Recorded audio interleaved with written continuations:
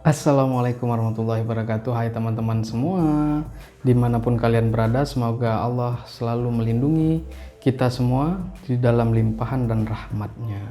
Baiklah, kembali lagi di Tengku Ridwan Channel, sebuah channel yang mengupas tentang masa lalu, melintasi masa atau waktu demi sebuah makna.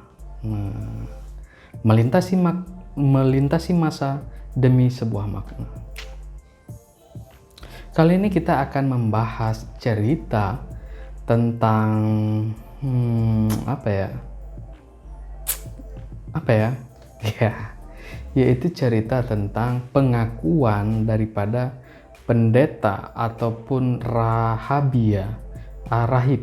pendeta atau rahib atau bahira di zaman sebelum Rasulullah, tetapi mereka mengakui tentang kenabian daripada Rasulullah Shallallahu Alaihi Wasallam. Nah, pendeta ini bukan cuma satu, rahibnya bukan cuma satu, tetapi ada beberapa rahib yang mengatakan akan datangnya seorang nabi, dan mereka ada yang melihat secara langsung bahwasanya ciri-ciri dan tanda-tanda itu ada di diri Nabi Muhammad Sallallahu Alaihi Wasallam.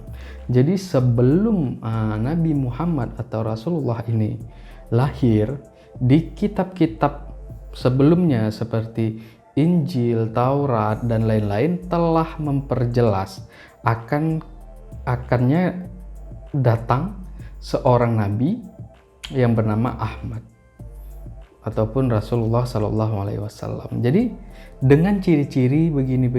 Jadi para ahli kitab ataupun yang disebut dengan rahib ini, mereka sudah mengantongi ciri-ciri kenabian yang terakhir.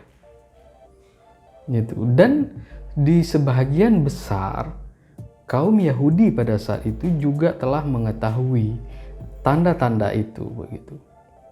Mereka berharap nabi terakhir itu adalah dari golongan mereka, tetapi ternyata tidak. Itu tadi. Sehingga Rasulullah itu dicari dan ingin dibunuh. Begitulah singkatnya. Jadi pada saat itu, nah ini dia. Nah, ini cerita ini kita ambil, kita kutip dari kitab Ar-Rahiqul Maktum karya Syekh Syafiur Rahman Al-Mubarakfuri.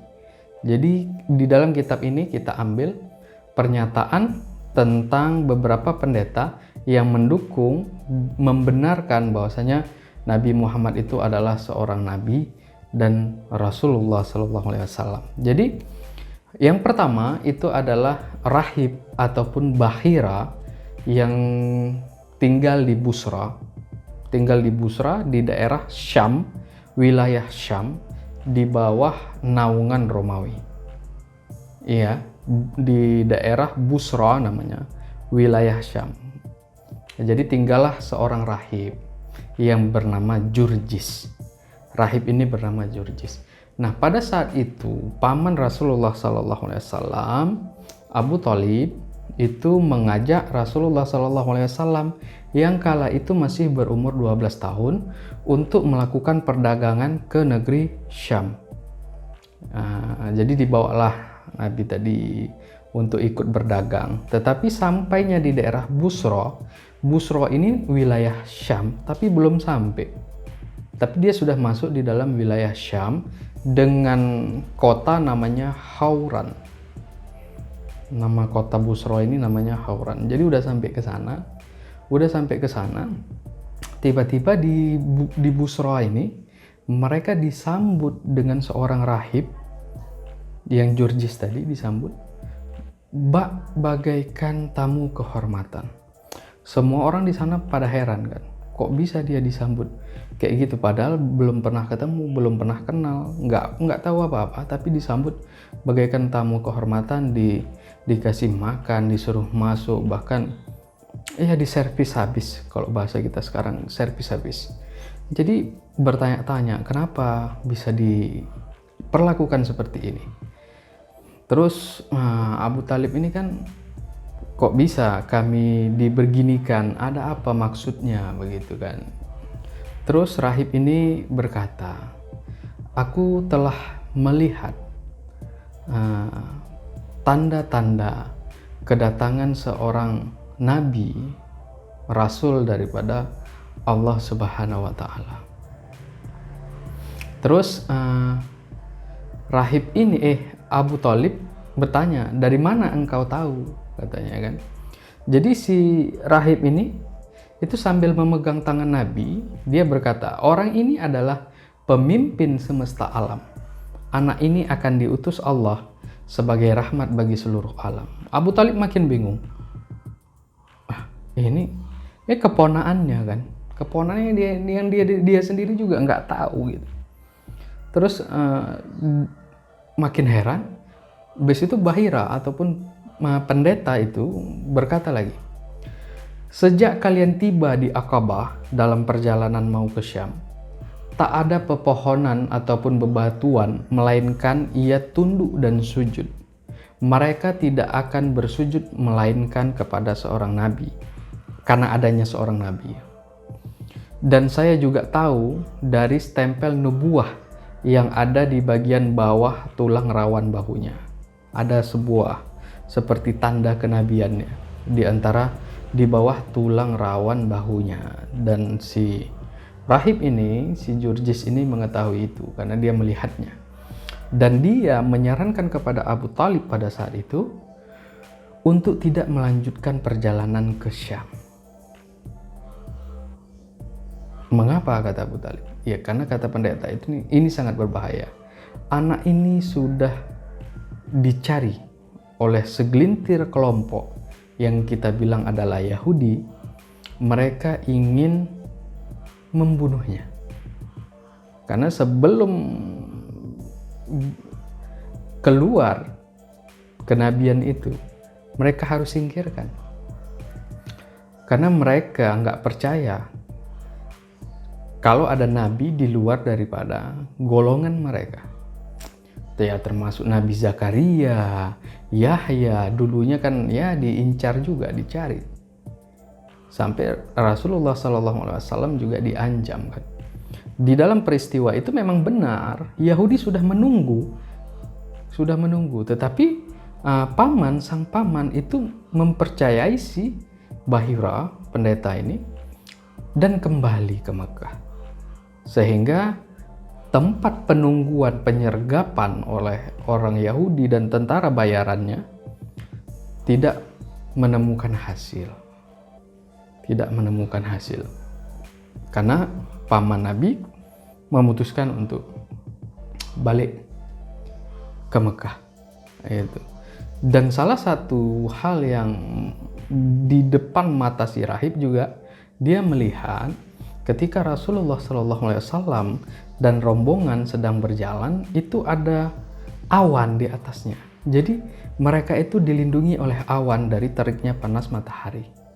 Jadi dia bilang ini nggak salah lagi, ciri-cirinya sudah lengkap. Ini orangnya, katanya, yang sudah dituliskan di dalam Alkitab. Ini orangnya, katanya, nggak meleset ini, katanya. Makanya baliklah kalian, karena ini berbahaya. Banyak orang yang ingin mengancam keselamatannya. Jadi atas saran sang pendeta, paman Rasulullah SAW, Abu Talib, memutuskan untuk balik ke Mekah. Yang menjadi catatan adalah seorang pendeta itu mengakui Rasulullah SAW pada saat usia 12 tahun. Belum ada belum turun pun wahyu pertama. Tetapi ciri-ciri kenabian sudah ada di Rasulullah SAW, dan itu diakui oleh sang rahib Bahira, Jurjis. Gitu.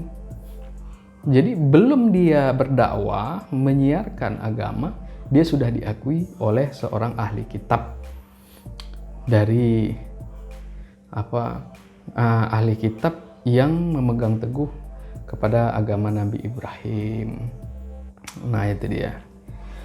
Yang kedua, ada pendeta yang mengakui tentang kedatangan Nabi itu di dalam kisah Salman Al-Farisi. Seperti kita ketahui, Salman Al-Farisi adalah seorang majusi, anak petinggi majusi yang masuk ke Nasrani. Dia mencari agama yang benar-benar agama, dan dia mencari agama ini dengan mendatangi seorang pendeta ataupun ahli kitab yang benar-benar ahli kitab begitu.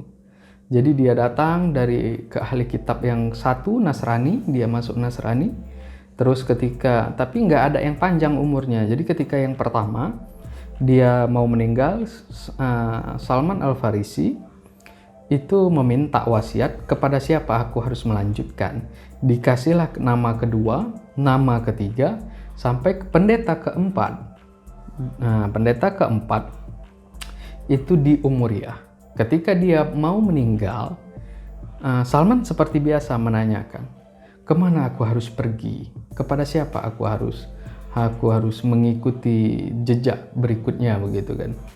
Terus sang pendeta mengatakan, wahai anakku, demi Tuhan, aku tidak tahu apakah masih ada seseorang di muka bumi ini yang masih berpegang teguh kepada apa yang kita pegang.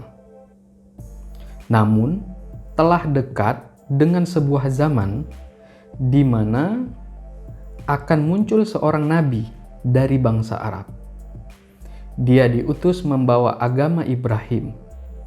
Kemudian ia juga berhijrah. Dia mempunyai tanda yang jelas. Dia tidak menerima sedekah dan dia menerima hadiah. Di antara pundaknya terdapat stempel kenabian. Carilah orang itu dan ikuti dia. Itulah pesan daripada si pendeta ini ke Salman Al-Farisi. Dan dia tinggal di lebatnya kurma di antara dua gunung yang besar. Jadi waktu itu Salman Al-Farisi memikir itu Madinah. Maka dia pergilah ke Madinah, dan perjalanannya tidak mudah. Dia bahkan sempat dijadikan budak. Ditipulah dengan kabilah yang berangkat itu kan. Ditipu, dia diperjualbelikan hingga akhirnya dia di Madinah. Ketika Rasulullah SAW berhijrah, dia menerimanya. Makanya Rasulullah pernah berkata, Salman ini adalah keluargaku, kata Rasul. Itu sebuah pujian yang luar biasa, karena dia termasuk, dibilang sama Rasul adalah keluarganya. Dan apabila iman Islam ini berada di luar dunia ini, maka Salman adalah orang pertama yang akan menjumpainya. Karena kegigihan si Salman di dalam mencari rahmat ataupun jalan menuju Allah. Itu dia. Yang ketiga, itu ada namanya Waraqah bin Naufal. Ini kita pasti tahu Waraqah bin Naufal karena di dalam sejarah dia sering disebutkan. Beliau ini adalah sepupu Khadijah. Beliau dulu selalu mencari agama Hanif, agama yang masih pelur tulen daripada ajaran Nabi Ibrahim, dan beliau terus mencari sampai beliau mendapatkan Nasrani. Jadi beliau memutuskan masuk Nasrani, beliau memperdalam Injil dan menulis kembali salinan Injil di dalam bahasa Ibrani. Jadi beliau menulis, dan pada saat itu beliau sudah sangat tua, matanya juga sangat rabun. Dan saat peristiwa Rasulullah SAW mendapatkan wahyu yang pertama, kita semua tahu bagaimana keadaan Rasulullah SAW. Beliau sangat menggigil, ketakutan, dan tidak mengetahui apa makna dari ini semua, sehingga sang istri Khadijah itu membawa Rasulullah SAW kepada sepupunya, yaitu Waraqah bin Naufal. Karena Waraqah ini diketahui beliau memang benar-benar seperti zuhud begitu. Jadi diketemukan, dan Rasulullah SAW pada saat itu pergi ke sana bersama sang istri Khadijah, dan Khadijah mengatakan kepada Waraqah, wahai saudaraku, sepupuku katanya kan, tolong dengarkan cerita dari saudaramu ini katanya. Jadi berceritalah Rasulullah SAW tentang kejadian pertama kali ia menerima wahyu di Gua Hira gitu. Nah, Waraqah sang pendeta ini mengatakan, engkau telah menerima namus besar seperti yang pernah disampaikan kepada Musa. Pastilah kau akan didustakan orang, akan disiksa, akan diusir, akan diperangi. Kalau di waktu itu aku masih hidup, pasti aku akan membela di pihak Allah. Terus Warakah mencium ubun-ubun Rasulullah SAW. Dan Rasulullah SAW mengatakan bahwasanya ada kebenaran yang dia sampaikan. Tetapi satu sisi Rasulullah merasa tanggung jawab yang luar biasa, berat akan menghantuinya pada saat itu, begitu. Itu kesaksian daripada Warakah, sepupu daripada sang istri Khadijah. Yang keempat ada kesaksian rahib kepada Zaid bin Amru. Jadi Zaid bin Amru ini seperti Warakah, dia mencari di mana agama Ibrahim yang masih tulen gitu. Mereka ini ya bisa kita bilang orang-orang yang kosong ya, orang yang mencari isi begitu, karena dia merasa hidup ini harus diisi dengan ruhiyah. Jadi ruh itu harus punya asupan. Kita bilang ya peribadatan yang benar-benar datangnya itu dari Allah, sehingga ruh itu merasa tenang dan puas. Karena jasmani harus makan, ruh juga harus makan, begitu. Jadi mereka ini merasa ruhnya itu lapar, ruhnya kosong, sehingga dia mencari agama yang benar-benar tulen daripada Nabi Ibrahim. Dan ketika dia bertemu dengan seorang rahib ataupun pendeta pada saat itu, rahib itu bertanya, apakah engkau sedang mencari agama yang diajarkan oleh Ibrahim? Iya, kata si Zaid. Terus sang rahib itu kemudian berkata lagi, kamu mencari sesuatu agama yang sudah punah di zaman ini. Pulanglah ke negerimu, karena Tuhan akan mengutus seseorang yang akan memperbaharui agama Ibrahim. Jika kamu dapati dia, maka ikutilah dia. Itu kata rahib itu kepada Zaid, sehingga Zaid pulang ke Arab, menunggu berita-berita itu sampailah ke telinganya bahwasanya ada seorang nabi yang diutus oleh Allah yang bernama Muhammad, dan dia ingin mendatangi Rasulullah. Hanya saja di dalam perjalanan kedatangannya ia dibunuh oleh kaum Quraisy. Jadi ini adalah beberapa nukilan ataupun kata-kata peristiwa sejarah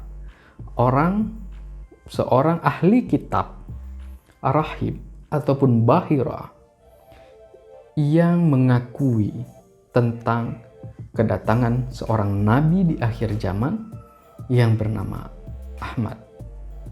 Muhammad Rasulullah Sallallahu Alaihi Wasallam. Gitu. Jadi apalagi yang kita ragukan kan gitu. Mereka aja belum itu aja mereka udah tahu, karena mereka mempelajari ahli kitab, dan di dalam kitab-kitab sebelumnya juga tertuliskan akan datang seorang nabi di akhir zaman yang mempunyai ciri-ciri seperti yang tadi.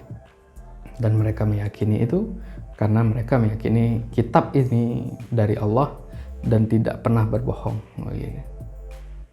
Hanya saja ada beberapa pihak yang tidak menerima karena bukan dari golongannya, tapi dari bangsa Arab, ya kan. Padahal kalau dirunut ya ketemu juga, nenek moyangnya ketemu juga, Nabi Ibrahim. Nah, itulah dia kisah kita pada hari ini tentang pengakuan